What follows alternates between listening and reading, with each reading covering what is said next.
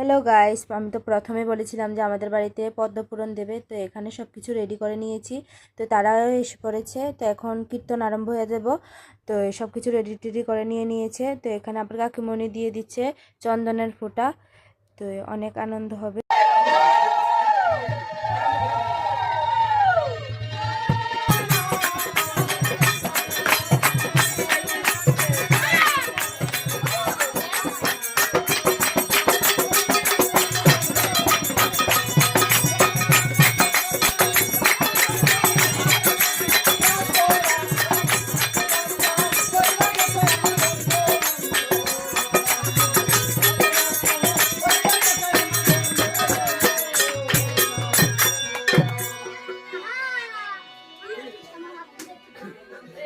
তো এখানে দেখো আবার পিসি বৌদি মা মিলে সবাই মিলে চায়ের ব্যবস্থা করে নিয়েছে।